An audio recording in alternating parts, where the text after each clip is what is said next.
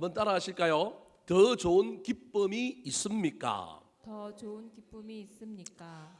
계속해서 우리가 누가복음을 살펴보고 있는데요. 누가복음의 저자는 누가라고 하는 사도 바울을 수행했던 의사였습니다. 공부를 많이 했기 때문에 역사적인 관점으로 예수님을 따라다닌 사람은 아니지만 예수님의 직계 제자들과 초대교회에 있는 여러 가지 문서들을 잘 취합하여 예수님의 생애를 기록해 놓은 책이 누가복음입니다. 신약 성경 중에 요한복음과 함께 그래도 좀 후대에 기록된 책, 특별히 그리스 지역에 있는 헬라 사람들에게 복음을 전하기 위하여 헬라인의 관점에서 어떻게 하면 예수 그리스도를 잘 설명할 수 있을까라고 하는 관점을 가지고 지은 책입니다. 누가복음의 기술의 특징이 여러 가지가 있는데 그 중에 두 가지만 여러분에게 말씀드리면, 첫 번째 중요한 특징 중에 하나가 여인들의 복음이라고 하는 특징을 가지고 있습니다. 예수님에 대한 이야기를 기록하고 있는데 예수님의 이야기와 함께 누구의 이야기들이 많이 등장하느냐 하면 어린아이, 여인들, 가난한 사람들, 제자들의 이야기보다는 이방인들의 이야기가 다른 복음서보다 훨씬 많이 등장하는 책이 누가복음입니다. 누가복음에 또 다른 별명이 하나 있는데 그 별명이 무엇이냐면 기쁨의 복음이라고 하는 별명입니다. 누가복음은 모든 사건이 끝날 때마다 대부분 무슨 단어가 들어가 있느냐면 기뻐하였더라, 기쁨과 관련된 표현이 많이 등장하는 성경이 무슨 성경이냐면 누가복음입니다. 대표적으로 우리가 잘 알고 있는 누가복음 15장에 보면 잃어버린 세 가지를 찾는 이야기가 나옵니다. 잃어버린 드라크마, 동전 찾잖아요. 찾고 난 다음에 뭐라고 얘기하냐면 기뻐하였더라. 잃어버린 양을 찾았는데 목자가 그 잃어버린 양을 찾아가지고 등에 메고 오면서 뭐 하였더라? 기뻐하였더라. 그리고 여러분 그 유명한 마지막 이야기가 당자가 돌아왔는데 아버지가 뭐 하였더라고요? 기뻐하였더라. 근데 동생이 허랑방탕하여 재산 다 탕진하고 왔는데도 아버지가 그 동생을 위하여 막 소를 잡고 잔치를 벌이니 형이 삐져버렸어요. 그 형한테 아버지가 뭐라고 얘기하느냐 하면, 야, 아들이 죽다 살아나왔는데 내가 잔치를 벌이고 기뻐하는 것이 마땅하지 아니하냐. 그게 잃어버린 아들의 이야기를 기록하고 있는 마지막 구절에 나오는 이야기가 기뻐하는 것이 뭐하다고요? 마땅하다. 그래서 누가복음을 읽고 난 다음에 저와 여러분이 떠올려야 될 것 중에 하나가, 예배소서에도 그런 말이 많이 등장하지만 예배소서와 함께 누가복음은 기쁨의 복음, 에베소서는 기쁨의 서신이기 때문에 초대교회 로마의 핍박 속에서도 고난을 당하였던 이스라엘 초대교회 교인들에게는 이 복음의 영향, 사도 바울의 영향 때문에 환경과 상황을 뛰어넘는 뭘 가지고 있는 사람들이었느냐 하면 기쁨을 가지고 있는 사람들이었어요. 여러분, 이건 오늘날도 마찬가지입니다. 예수 외에 돈, 출세, 건강 여러 가지가 우리에게 기쁨을 줄 수 있습니다. 그러면 여러분, 우리는 세상 사람들과 다를 바가 없습니다. 세상 사람들도 이것 때문에 기뻐합니다. 소유가 많아지면 당연히 기쁘잖아요. 출세하여 높이 올라가면 당연히 기쁘잖아요. 편안하면 기쁘고요. 자식들이 잘 되면 당연히 우리는 기뻐하는 겁니다. 그러면 예수 믿는 사람과 예수 안 믿는 사람의 차이는 뭐가 달라요? 똑같이 이런 조건들로 기뻐한다면. 그런데 초대교회뿐만 아니라 한국에서도 교회가 처음 생기고 믿는 자들이 이 땅에 처음 왔을 때 많은 사람들에게 예수쟁이라고 하는 소리를 들으며 저 사람들은 우리하고 좀 달라 라고 하는 이야기를 들었던 이유 중에 하나가 환경과 상황을 초월하여 뭘 잃어버리지 않더라? 기쁨을 잃어버리지 않더라는 거예요. 간혹 아프리카를 돕는 방송, 도네이션 기부하는 것, 또 어떤 영혼들을 돕는 프로그램들을 간혹 보여주면 거기에 아이들이 나오는데 시커먼 아이들이 깨제째하고 먹는 것도 없고 물도 어떤 물을 먹어요? 흙탕물을 먹고 그러는데요. 여러분, 우리하고 다른 게 있어요. 걔네들 얼굴은 어때요? 밝아요. 우리보다 훨씬 밝고, 걔네들은 그래도 웃음이 우리하고 다른 웃음이 있어요. 우리는 잘 먹고 잘 사는데 여러분, 지나가는 사람들 한번 봐봐요. 대한민국이 얼마나 잘 사는가. 그런데 얼굴이 우중충해. 지나가는 사람들 보면 뭐가 좀 불만인지 좀 불만스럽고 좀 행복하지가 않아요.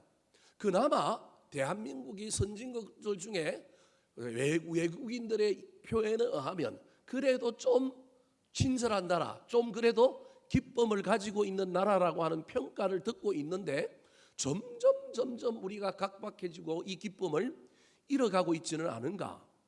여러분, 국민 전체도 고민을 해야 되지만 예수 믿는 우리가 예수를 믿는다고 한다면 상황과 환경을 넘어서 우리는 기뻐해야 되고 우리는 만족할 줄도 알아야 되고 기가 꺾이지 아니하는 그 놀라운 것이 신앙인데, 우리가 세상 사람들하고 너무 똑같아서 돈이 있느냐 없느냐, 출세했느냐 없느냐, 남하고 비교해서 집이 차가, 그거 가지고 우리의 기쁨의 정도가 다운되고 나타난다고 한다면 여러분, 신앙생활이 우리에게 어떤 의미가 있을까요?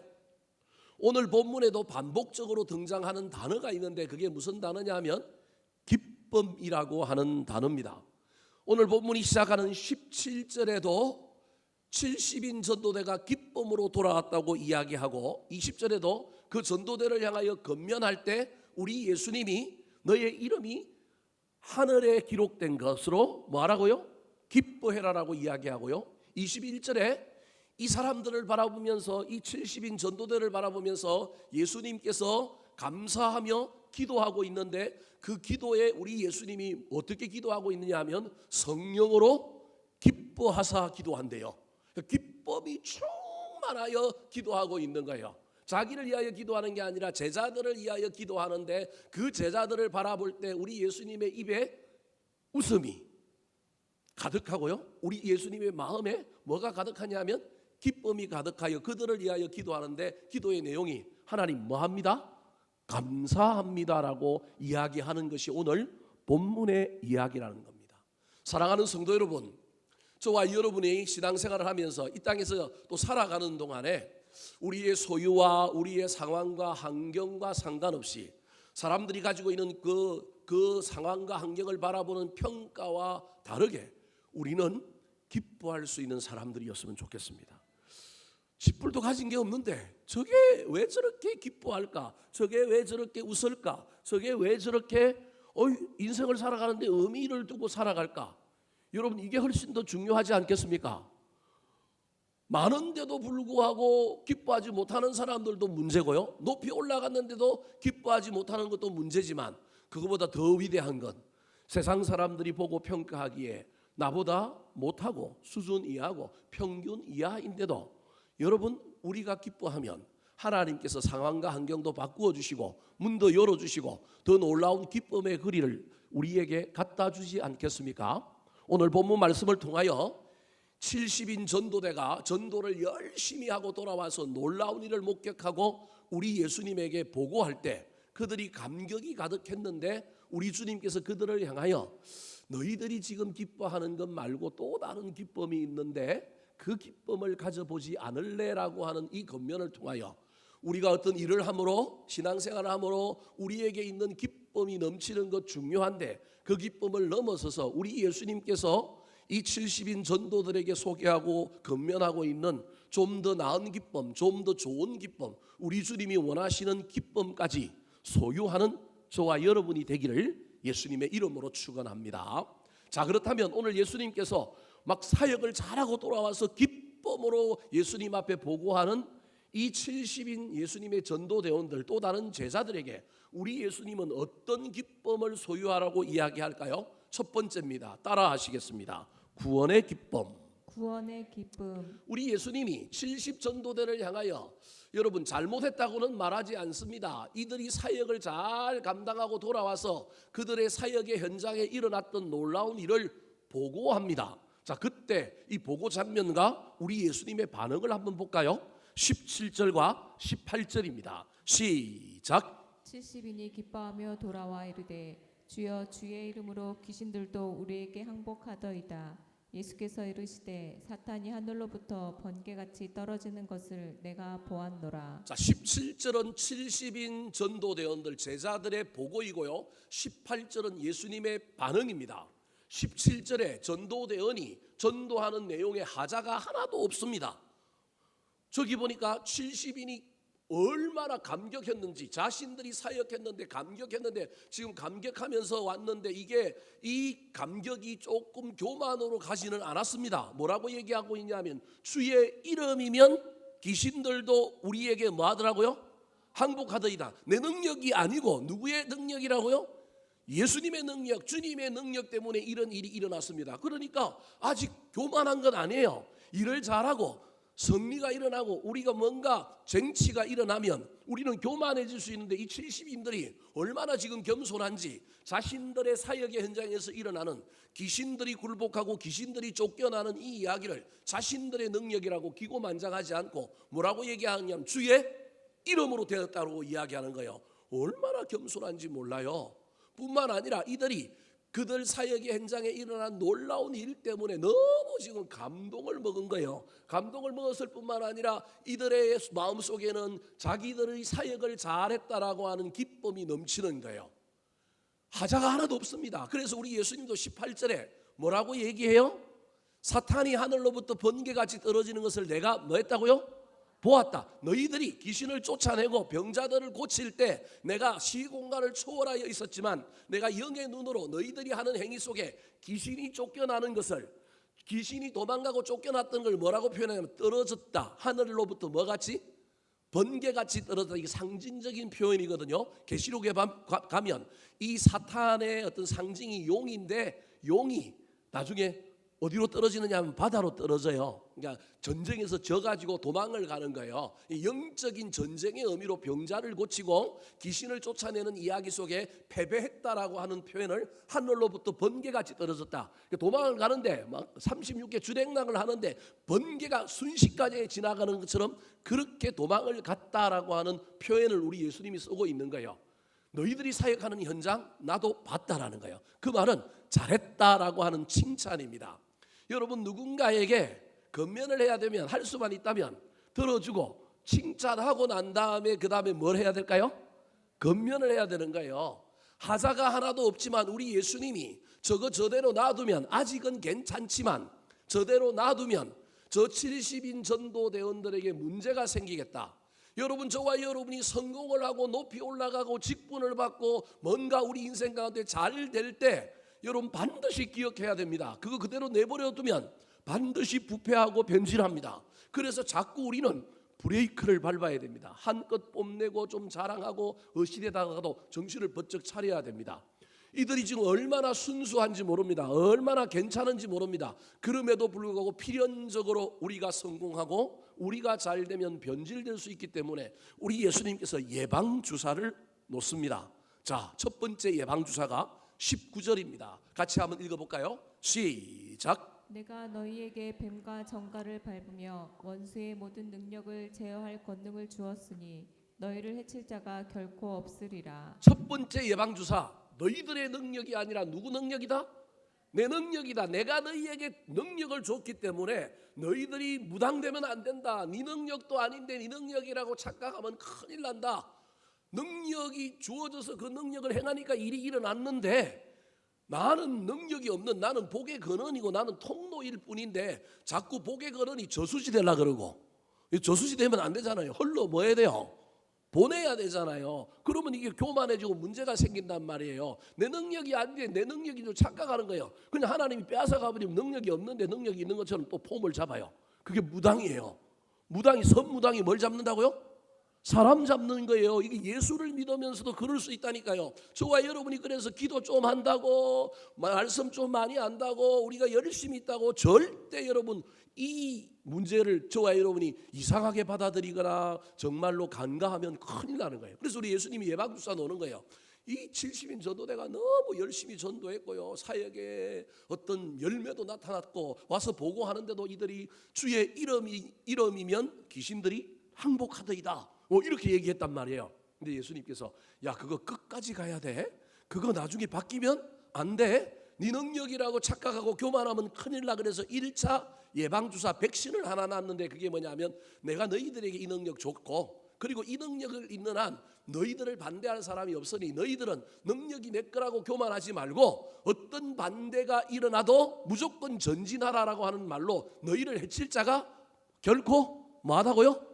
없다. 아닙니까? 중요한 건 능력이 내 거냐 누구 거냐가 중요한 게 아니라 뭘 하는 게 중요하냐면 일하는 게 중요하다는 거예요. 여러분 잘 기억하십시오. 우리는 끊임없이 일하는 자, 일꾼으로 세움받았기 때문에 예배하는 자, 일하는 자가 목적이지 이게 능력이 내 거냐 내 능력이 크냐 누가 했느냐 이게 아니라는 거예요. 2차 예방주사를 우리 주님이 놓는데 이게 이제 우리 주님께서 돌아와서 기쁨으로 감격하고 있는 이 사람들에게 또 다른 기쁨의 건면을 합니다. 자, 2차 예방주사 20절입니다. 시작. 그러나 귀신들이 너희에게 항복하는 것으로 기뻐하지 말고 너희 이름이 하늘에 기록된 것으로 기뻐하라 하시니라. 여러분 이 70인 전도대가 수준 미달이거나 교만한 사람이 아님에도 불구하고 하나님은 능력의 출처뿐만 아니라 또 다른 중요한 것을 하나 알려주고 있는데 너희들은 지금 무엇에 지금 놀랬느냐 하면 귀신이 도망가고 능력이 나타나는 것 때문에 감동을 먹어가지고 그것 때문에 지금 와 기뻐하고 왔다. 뭐 그거 초창기니까 가능하다. 그런데 앞으로도 계속 거기에 매달려서 그것만 바라보고 살아가면 여러분 본질을 잊어버리게 되는 거예요. 그건 목적이 아니거든요. 귀신이 쫓겨나고 하는 이 모든 일의 목적은 뭐냐 하면 그 결과 그 귀신에 사로잡힌 사람이 죽게로 돌아오고 그 결과 믿지 않는 사람이 뭐 하는 게 목적이에요? 믿는 게 목적이잖아요. 기적이 목적이 아니라는 거예요. 치유가 목적이 아닌 거예요. 치유하여 예수 믿게 하는 게 목적이라는 거예요. 그래서 진짜 기쁨은 여러분 죽은 자가 사는 것, 믿지 않는 자가 영혼이 구원되어 죽게 돌아오는 것이 기쁨인 거예요. 사역을 하다 보면 기적이 일어나고 놀라운 일이 일어나고 막 우리 교회가 부흥하고 막 이런 거 좋은데요. 그것 때문에 우리는 처음에 막 기뻐하고 감격스러울 수 있는데 더 큰 감격, 진짜 우리가 기뻐하고 감격해야 될 것은 영혼이 죽게 돌아오는 것. 오늘 본문은 너희 이름이 하늘에 기록된 것으로 말하 기뻐하라. 이 말은 그들이 귀신 쫓아내므로 그 사람이 죽게 돌아와서 그 이름이 하늘에 이름이 기록된 것, 그 영혼의 구원뿐만 아니라 너희들이 이 일을 하면서 너희들의 궁극적인 목적도 너희들도 뭐 받는 거다? 구원받는 거라는 거예요. 이 말은 다르게 얘기하면 구원받은 사람이 일하다가 뭘 잃어버릴 수 있다고요? 구원을 잃어버릴 수 있다라는 거예요. 제가 목사돼 보니 여러분 죄송합니다. 뭐 천국 가보면 저도 뭐 그런 사람이 안 되라는 법은 없는데 천국 가보면 목사들 중에요 천국 안 온 사람들 많을 거예요. 여러분 이 말은 목사인 제가 목사한테 하는 얘기지 여러분이 그 말을 받아갖고 딴 데 가고 우리 목사님이 그러는데 천국에 가니까 목사들 중에도 교회 천국 안 온 사람 많다더라. 여러분 그러면 안 됩니다. 여러분 근사는 뭐라고 하냐, 근사들 중에 어디 안 올 사람 많다고요? 천국 안 올 사람 많을 거다. 장로님들은요, 장로들 중에 어디 안 올 사람 많을 거라고요? 천국 안 온 사람 이렇게 해야 되는데 남 이야기하면 안 되는 거예요. 제가 남 이야기한 게 아니고 제 얘기했잖아요. 그럼 여러분도 여러분 얘기를 해야 되잖아요. 왜 그 얘기를 해야 되느냐? 나는 구원 받아야 되겠다. 나는 일만 실컷 하고 구원 잃어버리는 자가 아니라 나는 나의 인생의 최고의 기쁨은 내 이름이 하늘의 생명책에 기록되고 내가 하늘에 속하여 난 구원받는 것. 돈이 많는 것, 출세하는 것, 인생이 뭐가 잘 되는 것도 기쁨이지만 그 기쁨보다 내가 빼앗기지 말고 가지고 있어야 될 유일한 기쁨, 모든 기쁨 중에 하나를 붙잡으라고 한다면 무슨 기쁨이라고요? 구원받은 기쁨이라는 거예요. 그래서 이거 놓치지 말라는 거예요. 디모데후서 4장 7절에 보면 사도 바울이 디모데에게 편지하면서 디모데가 목회의 길을 걸어갈 텐데 뭐라고 이야기하느냐 하면 아주 중요한 이야기를 해요. 이런 이야기를 합니다. 무슨 얘기냐 하면요, 내가 달려갈 길을 다 마치고 난 다음에 여러분 선한 싸움을 싸우고 나의 달려갈 길을 다 마치고 나는 뭘 지켰다고 얘기하느냐 하면 믿음을 지켰으니, 여러분 이게 디모데후서의 사도 바울이 디모데에게 하는 말 중에 최고의 표현이요. 제 개인적으로 제가 디모데후서를 읽으면서 제가 목회자니까 제가 받는 디모데후서의 말씀 중에 최고의 말씀은 저는 이 말씀이라고 얘기해요. 사도 바울이 뭐라고 하냐면 내가 지중해를 돌아다니면서 1, 2, 3차, 4차 선교 여행을 하고 내가 교회를 수도 없이 세고 수많은 일을 했는데 사도 바울의 결론은 그 일 끝에 나는 뭘 지켰다고요? 믿음을 지켰대요. 와, 이영기 목사가 덕양중앙교회에서 사역하고 은퇴했는데 뭘 지켰다고요? 믿음을 지켰더라. 여러분 이게 최고라니까요. 사도 바울이 디모데에게 그 얘기하는 거예요. 실컷 일하다가 믿음은 어디간데 온데간데 없고 욕심만 가득 차 있고 막 그러면 되겠느냐? 네가 수 없는 업적을 남겼는데 마지막에 보니까 네 이름이 어디에 없더라? 생명책에 없더라. 하늘에 없더라. 골치 아프다라는 거예요. 여러분, 일꾼들이 기적의 목을 완전히 막 목이 돌아가고 기적에 초점을 맞추고 본질이 아닌 다른 것에 초점을 맞추면 늘 더 강한 것, 늘 더 새로운 것이 나와야 돼요. 왜냐하면 그게 목적이 되어버리니까. 그런데요, 지금 사도 바울이 70인 전도대원들의 이야기를 통하여 사실은 제자들에게 교훈하고 있는 거예요. 제자들의 사역에 수많은 일을 할지라도, 수많은 성리와 업적이 있을지라도 사라지면 안 되는 것, 그게 뭐라고요? 구원의 기쁨이다. 사랑하는 성도 여러분, 우리는 자본주의 시대에 살고 있고요. 어쩔 수 없이 돈 벌어야 되고요. 출세해야 되고요. 경쟁해야 되고요. 요즘 돈 없으면 피곤하고 힘들고요. 여러분, 어쩔 수 없습니다. 여러분, 그럼에도 불구하고 여러분, 돈이 없는데도 기쁠 수 있었으면 좋겠습니다. 누구 때문에? 예수님 때문에. 돈 없어라는 지금 제가 얘기하는 게 아닙니다. 출세 못하라는 얘기 아닙니다. 저는 우리 교회 교인들이 돈도 많이 벌고 출세도 많이 했으면 좋겠습니다. 그런데요, 돈을 벌든지 안 벌든지 우리 교인들이 기뻤으면 좋겠습니다. 왜냐하면 내가 구원받은 사람이기 때문에, 내가 예수 믿는 사람이기 때문에, 하나님 나를 사랑하시기 때문에. 사랑하는 성도 여러분, 구원의 기쁨 빼앗기지 않는 저와 여러분이 되기를 예수님의 이름으로 축원합니다. 두 번째, 70인 전도대원에게 우리 예수님께서 건면하고 있는 더 좋은 기쁨은 무엇일까요? 따라 하시겠습니다. 감사의 기쁨. 감사의 기쁨. 자, 제자들은 귀신들이 항복하고 귀신들이 도망가는 것 때문에 너무너무 감동을 받아갖고 기쁜 마음으로 주님께 왔습니다. 뭐 제자들이 나쁜 것도 아니고요, 문제가 있는 것도 아니지만 저 결과가 나중에는 문제가 생길 것 같아서 우리 예수님께서 구원의 기쁨은 빼앗기지 마라 그러면서 구원의 기쁨 외에 또 다른 기쁨을 알려주십니다. 그걸 오늘 본문에는 뭐라고 얘기하고 있냐면 성령이 주시는 기쁨이라고 이야기합니다. 자, 21절 말씀 같이 한번 읽어볼까요? 시작. 그때 예수께서 성령으로 기뻐하시며 이르시되 천재의 주제이신 아버지여, 이것을 지혜롭고 슬기 있는 자들에게는 숨기시고 어린아이들에게는 나타내심을 감사하나이다. 옳소이다. 이렇게 된 것이 아버지의 뜻이니라. 신약 성경에서 예수님이 성령으로 인하여 기뻐하셨다라고 하는 표현이 유일하게 여기에 나온 거예요. 처음 나오는 구절이 이 구절이에요. 우리 주님께서 성령의 감동을 받아서 뭔가 깨달아지고 뭔가 느껴졌는데 그 깨달아짐과 그 느껴짐이 뭘로 나타났냐면 입에 미소로 나타난 거예요. 입에 뭘로 나타났냐면 기쁨으로 나타난 거예요. 여러분, 저와 여러분에게 이런 기쁨이 있었으면 좋겠습니다. 내가 어떤 조건, 상황, 내 속에서 어떤 것 때문에 있는 게 기뻐하는 것도 있어야 되겠지만 여러분, 성령의 감동하심 가운데 영적으로 하나님이 주시는 기쁨이 우리 가운데 있었으면 좋겠습니다. 여러분, 이 기쁨의 내용이 무엇인지를 21절 하반절에 설명하고 있는데 왜 성령으로 기뻐하셨는데 그 기쁨의 내용을 예수님의 기도로 이야기합니다. 지금 예수님이 70인 전도대원들을 위하여 뭐하고 있느냐 하면 축복하며 기도하고 있는 거예요. 그 기도의 내용이 이르시되 뒤에부터 나오는 천지의 주제이신 아버지여, 하나님께 기도하는 거예요. 이것을 지혜롭고 설기 있는 자들에게는 뭐 하시고 숨기시고 어린아이들에게는 나타나심을 뭐하나이다?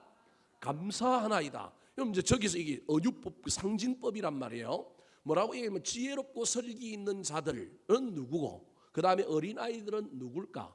숨긴 거는 뭐고 나타내심은 뭘까? 특별히 이것을이라고 이야기하는데 목적어가 있잖아요. 이것을 지혜롭고 설기 있는 자들에게는 숨기고 어린아이들에게는 뭐 했다고요? 나타내셨다. 그럼 이게 뭘까요?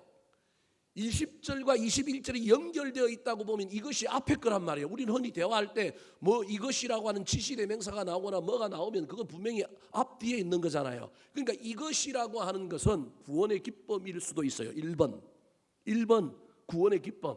그러니까 구원받은 기쁨이 최고의 기쁨이다라고 하는 것, 내가 구원받는 게 최고의 신앙인의 목표라고 하는 걸 잊어버리지 않는 이걸 이렇게 얘기할 수 있어요. 또 다른 하나는 오늘 본문 앞에 더 앞에 나오는 이야기가 무슨 얘기냐 하면 여러분 지난주에 살펴봤던 것처럼 아주 교만한, 그리고 아주 복음을 받아들이지 않는 몇 개의 도시가 나타났어요? 3개의 도시가 나타났어요. 예수님이 제일 많이 활동하셨고 예수님이 제일 공을 들였던, 심지어 지금 70인 전도대원들도 그 도시들에 보낸 거예요. 그 도시가 고라신, 베세다, 가버나움이라고 하는 갈릴리 지역에 예수님이 사역을 가장 많이 하시고 이제 예루살렘으로 올라가시기 전에 마지막으로 한 번 더 이 도시에 기회를 주기 위하여 70인 전도대를 보냈는데, 이 도시들이 복음을 받아들여요, 안 받아들여? 안 받아들였단 말이에요. 그런데 이 도시들 말고 다른 도시에 갔는데 귀신이 쫓겨나고 복음을 받아들였다라고 누가 보고했느냐 하면 70인 전도대가 보고한 게 아까 오늘 본문의 이야기인가요? 그러니까 앞에는 복음을 안 받아들였는데, 고라신과 베세다와 가버나움이라고 하는 도시는 안 받아들였는데, 이 도시는 갈릴리 지역에서 꽤 크고 괜찮은 도시, 다르게 얘기하면 사람으로 치면 부유층인 사람들, 학식자들, 돈 많은 사람들, 저기 오늘 21절에 보면 지혜롭고 뭐한 사람들, 설기 있는 자에 해당되는 도시가 고라신, 베세다, 가버나움인 거예요. 근데 그렇지 않고 작은 도시였는데 그 도시에 갔더니 귀신도 뭐하고요? 쫓겨나고 항복하고, 거기 있는 사람들이 복음을 뭐하더라고요? 받아들이더라. 그 작은 도시에 있는 사람들을 지금 뭐라고 얘기하느냐 하면 어린 아이들. 그러므로 앞에 나오는 이것은이라고 하는 건 구원의 기쁨뿐만 아니라 그 기쁨에 이르기 전에 일어났던 복음을 받아들이고 복음을 배척하는 일을 이것을이라고 표현하는 거예요. 다르게 얘기하면 복음이 전파된 것은 지혜롭고 설기 있는 자들에게는 뭐 했다고요? 숨겨졌다라는 거예요. 그리고 어린아이들, 좀 겸손하고 좀 작은 도시의 사람들에게는 그 복음이 뭐 했다고요? 나타났다라는 거예요. 다르게 얘기하면 교만한 사람들에게는 구원이 일어나지 않고 겸손한 사람에게는 구원이 일어난 것이 뭐하다고요? 감사하다는 거예요. 지금 예수님께서 뭐라고 얘기하고 있느냐 하면요, 복음을 받아들이는 사람들 때문에 뭐하다고요? 감사합니다. 성령님께서 지금 감동하셔서 예수님의 마음에 기쁨을 주셨는데, 그 기쁨이 두 가지인데, 하나가 뭐냐 하면 제자들이 이 일을 잘 감당하였고 이들이 변하지 않고 구원의 기쁨을 가질 거라고 하는 것 때문에 감사할 뿐만 아니라, 교만한 자에게는 하나님의 복음이 수용되지 않고 겸손한 자들에게는 복음이 수용되어서 그들이 구원받는 그 놀라운 이야기가 일어나고 있는 이 현장에 우리 주님께서 성령의 감동하심을 받고 뭐하다고 지금 느끼는 거예요? 감사하다라는 거예요. 그리고 이렇게 되는 것, 숨겨질 사람들에게는 숨겨지고 나타날 사람들에게는 나타지고, 복음이 받아들여질 사람들은 받아들여지고, 복음이 안 받아들여진 사람에게 안 받아들여진 것은 누구의 뜻이라고요? 아버지의 뜻이라는 거예요. 여러분, 지금 예수님께서 기뻐하고 있는 것이 이런 거예요. 예수님의 기쁨이 지금 어떤 기쁨이냐면 하나님의 뜻이 이루어지는 것에 대하여 기뻐. 그리고 그 이루어지는 그 뜻을 이루는데 제자들이 쓰임 받아서 제자들이 그 일을 하는데, 가버나움과 고라신과 베세다에 갔는데 안 받아들였다고 낙심해 갖고 작은 도시 안 간 게 아니고, 작은 도시에 가서 복음을 전했더니 그 복음이 나타나고 드러나고, 그래서 돌아오는 영혼들이 있어서 감사하고, 그 다음에 고라신과 베세다와 가버나움 도시에서 낙심하고 거절당했던 이 제자들이 그 낙심 때문에 복음 전하는 걸 포기하지 않고 또 어린아이들, 작은 도시에 가서 복음을 전함으로 말미암아 영혼이 구원받은 것에 대하여 우리 주님이 뭐하고 있는 거예요? 감사하고 있는 거예요.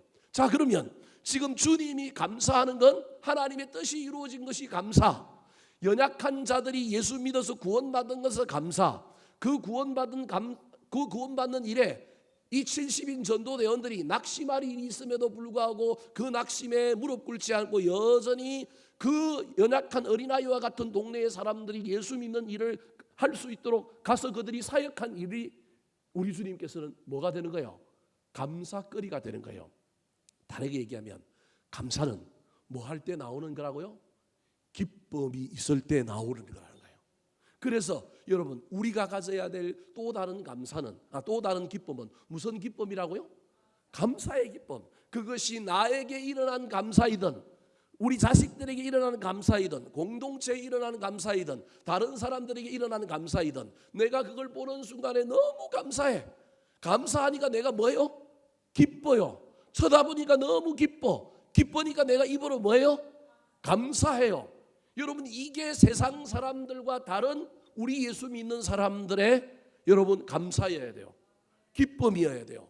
세상 사람들은요, 자기 것이 이루어졌느냐 이루어지지 않느냐, 자기 물건을 보고 빙그레 웃고, 자기가 이루어놓은 업적을 보면서 야 멋지네, 잘 됐네, 소유를 보고 빙그레 웃고 기뻐함으로 뭐 감사 안 하는 사람들이 대부분이지만, 그 사람들도 간혹 그 중에 야 감사하다, 이거 내가 이루었지만 야 이거 진짜 이거 신이 있는지 없는지 잘 모르겠지만, 하나님 이게 도와줬는지 잘 모르겠지만 여하튼 감사하다, 이런 사람들, 안 믿는 사람들 중에도 간혹 있잖아요. 그런데 여러분, 진짜 예수 믿는 사람들은요, 우리가 빼앗기지 말아야 될 기쁨 중에 하나가 구원의 기쁨뿐만 아니라 무슨 기쁨이라고요? 감사의 기쁨이라니까요. 그 감사가 내가 이루어 놓은 일이든, 오늘 지금 예수님은 누굴 보고 기뻐하고 있느냐 하면 두 부류의 사람인데, 하나는 제자들을 보고 기뻐하고 있고, 또 다른 하나는 제자들이 전도하여 죽게 돌아온 사람들 때문에 감사할 뿐만 아니라, 또 하나님의 뜻이 이 땅에 이루어진 것에 대하여 뭐하고 있는 거예요? 감사하고 있는 거예요. 그러니까 지금 예수님이 세 가지를 감사하고 있는 거예요. 세 방면으로. 하나님의 뜻이 이루어진 것, 제자들이 뭐 반대 있음에도 불구하고 그 어린 지혜롭고 그 설기 있는 자들이 갔는데 완전히 배척당했는데, 어린아이들이 가서 복음 전했는데 아이고 이들 하는 거 보니까 너무 빙그레게 웃음이 나오고, 그리고 그들이 그렇게 전도함으로 말미암아 그 동네에 있었던 사람들이 예수 믿고 구원받은 것 때문에 또 우리 주님이 입술이 또 막 웃어지고 기쁨이 나오는 거예요. 사랑하는 성도 여러분, 세상 사람들과 동일하게 우리도 우리 것 보고 감사하는 것, 그것도 좋습니다. 그런데 넘어가서 자식들을 보고 다른 사람들을 보고, 심지어는 하나님의 뜻이, 또 교회가, 이 나라가 잘 되는 걸 보고 저와 여러분이 감사하고 기뻐할 수 있게 되기를 예수님의 이름으로 축원합니다. 마지막입니다. 세상 사람들과 달리 또 우리가 일반적으로 기뻐할 수 있는 걸 넘어서서 우리 예수님께서 70인 전도대원들에게 기뻐하라고 하는 더 좋은 기쁨의 내용은 무엇일까요? 따라하시겠습니다. 계시의 기쁨. 계시의 기쁨. 자, 오늘 본문에 계시라고 하는 단어가 숨어서 나와요. 잘 찾아보면 계시라고 하는 단어가 나올 텐데요. 여러분, 계시라고 하는 말은 어떤 의미냐 하면요, 계시는요, 봉투가 봉해졌다 그런 의미가 있어요. 수건으로 뭐 했다고요? 덮어놨다 그런 의미가 있어요. 그래서 사람의 지혜로는 언뜻 보아서는 보여요, 안 보여요? 안 보이는데 성령님이 지혜를 주시거나 우리 하나님께서 은혜를 주시면 똑같은 장소에서 똑같은 사람이 바라보고 있는데, 어떤 사람 눈에는 보이고 어떤 사람 눈에는 안 보이는 게 뭐라고요? 계시예요. 모든 게 다 보이면 계시가 아니에요. 모든 사람에게 다 보이면 계시가 아니에요. 예수 그리스도는 계시예요. 우리는 예수 그리스도가 우리 인생의 주인이요 생명의 주인임을 우리는 보여서 믿잖아요. 근데 세상 사람들은 이게 보여요, 안 보여요? 기껏 해봤자 조금 보이는 사람은 3대 성인 중에 1명 이렇게밖에 안 보이는 거예요. 아니면 어떤 사람들은 사기꾼, 심지어 이렇게 얘기하는 사람도 있는 거예요. 이게 계시예요, 계시. 계시는요, 이런 이중적인 의미를 가지고 있어요. 계시는 감추어져 있는데 그 감추어진 것이 어떤 사람에게는 보이고 어떤 사람에게는 안 보이는 거예요. 근데 여러분, 이 계시는요, 우리 마음대로 알 수는 없어요. 성령님이 감동 감화시켜 주시고, 하나님이 우리에게 영의 눈을 열어주시고, 하나님이 우리에게 은혜를 주셔야만이 이게 보이는 것이 뭐라고요? 계시라는 거예요. 그래서 여러분, 저와 여러분이 계시의 은혜를 누릴 때 뭐 해야 된다고요? 기뻐해야 된다니까요. 여러분, 지식적으로도 공부를 하다 보면 수학 공부를 하다가 안 풀렸는데 이거 맨날 풀었는데도 안 풀리고 안 풀리다가 어느 순간에 아하 하고 깨달아져서 풀고 나면 기분이 어때요? 좋잖아요, 여러분. 뭔가가 풀리지 않았는데 어떤 딱 측면에서 하나가 매듭이 돼갖고 막 이게 풀릴 때 우리의 마음에 아하라고 하는 감정이 터져 나오면서 이게 우리 속에 놀라운 은혜가 되잖아요. 제가 신대원 3년을 다니고 또 예배 설교학이라고 하는 일반 대학 학문에 들어가서 어떻게 하면 스피킹을 잘할까, 어떻게 하면 설교를 잘할까, 이걸 또 제가 몇 년을 공부한 사람이냐면 5년을 공부한 사람입니다. 석사과정을 하고 박사과정에 들어가서 제가 논문은 못 썼지만 공부를 다 한 사람입니다. 근데 저는 죽어도 안 됩니다. 왜냐하면 경상도 촌놈이라서 발음이 돼요, 안 돼요? 안 돼요. 볼펜을 입에 물려가지고 아나운서처럼 말을 이쁘게 하려고 막 교수님이 막 시키는데도 안 되고요. 호흡도 고르게 하고 그 다음에 쓰는 언어도 젠틀하게 쓰고 막 이런 일들을 시키는데요. 촌놈들은 안 돼요. 그래서 설교자들 중에 언어 구사력이 참 뛰어나고 좋으신 분들이 들어있어요. 여러분 이동원 목사님, 각선희 목사님 이런 분들은요. 음성 톤도 좋을 뿐만 아니라 여러분 이 발음이 아주 딕션이 아주 정확합니다. 그래서 호흡도 장단, 고저 장단, 밀고 땡기고 이런 걸 진짜 잘하십니다. 이게 수사학인데 그런 것도 배울 뿐만 아니라 성경을 어떻게 해석할 것인가 뭐 이런 수많은 것들을 공부를 합니다. 근데 여러분 제가 지금 무슨 얘기를 하려고 하느냐면요. 그렇게 쇠가 빠지게 아무리 공부를 해도 여러분 이게 설교가 잘 돼요, 안 돼요? 안 돼요. 그때 설교학 교수 중에 유진 피터슨이라고 하시는 분이 미국에서 와가지고 강의를 하는데 그분이 했던 이야기 중에 하나가 뭐냐 하면요. 설교는 전 세계적으로 지금도 유명한 목사님들 중에 제가 공부할 때 강의하러 오신 분들이 참 많아요. 월트 브로그만, 유진 피터슨 뭐 이런 분들이 수도 없이 와서 이제 설교 강의를 하셨는데 그분들의 공통된 얘기가 뭐냐 하면 자꾸 스킬을 배우려고 하지 말고 감동을 전하려고 하면 내 말이 회중들에게 뭔가 깨달음이 되는 포인트를 딱 붙들어서 그걸 쳐주기만 하면 듣다가 청중들이 무릎을 딱 치면서 어떻게 한다고요? 아하 한다라는 거예요.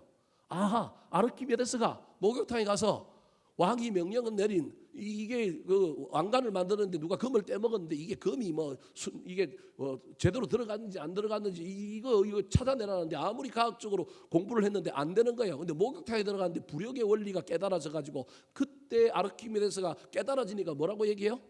유레카라고 외쳐요. 유레카 발견했다 그런 말이에요.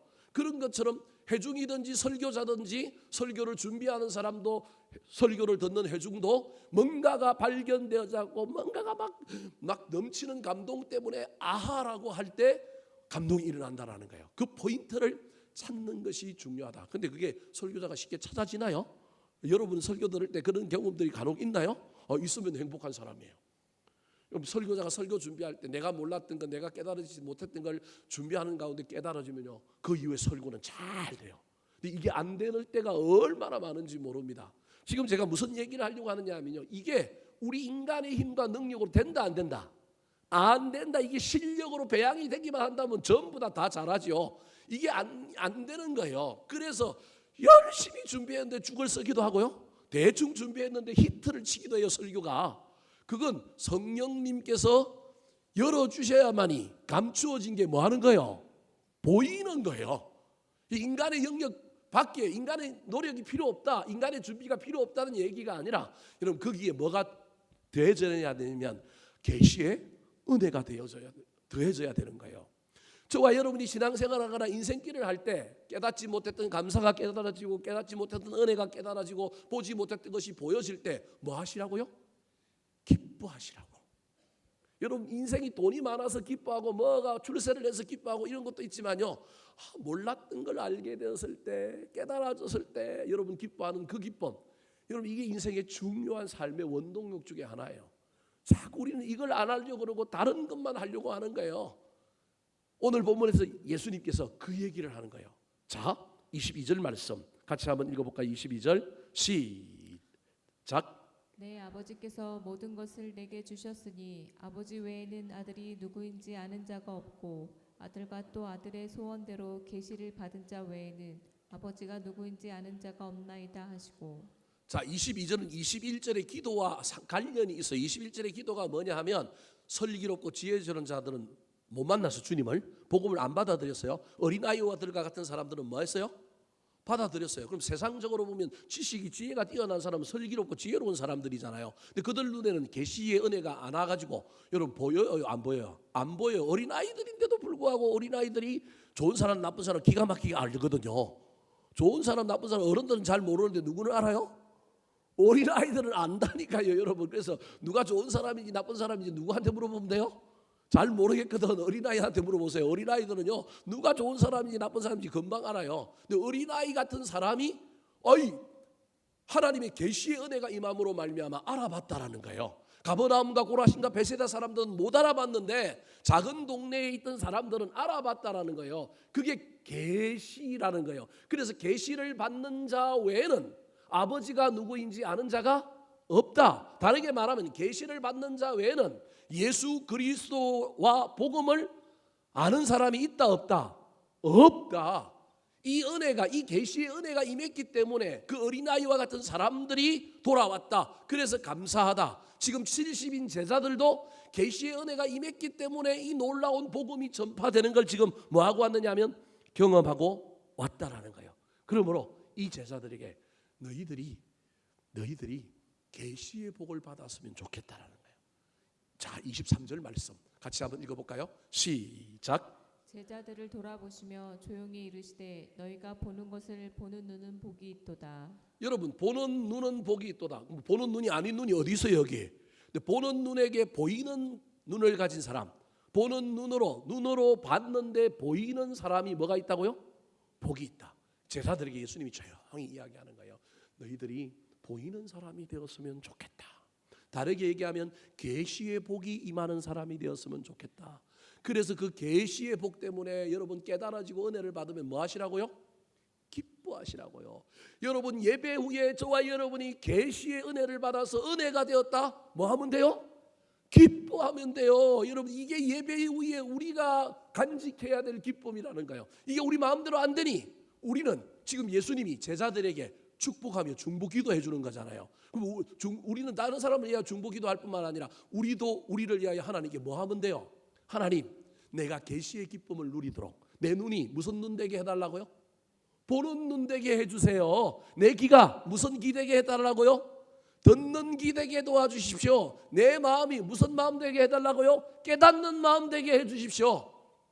여러분 그래서 듣고 들리고 보고 깨달아져서 내 마음에 뭐가 가득하면 돼요? 기쁨이 가득하면 이게 신앙생활 잘하는 거라는 거예요. 그래서 지금 제자들에게 그 얘기하는 거예요. 24절 말씀 같이 한번 읽어볼까요? 이게 있어야만이 여러분 알고 깨달아지는데 이걸 사모했는데도 못 받은 사람들이 있지만 제자들은 받았다라는 거예요. 자, 24절 시작.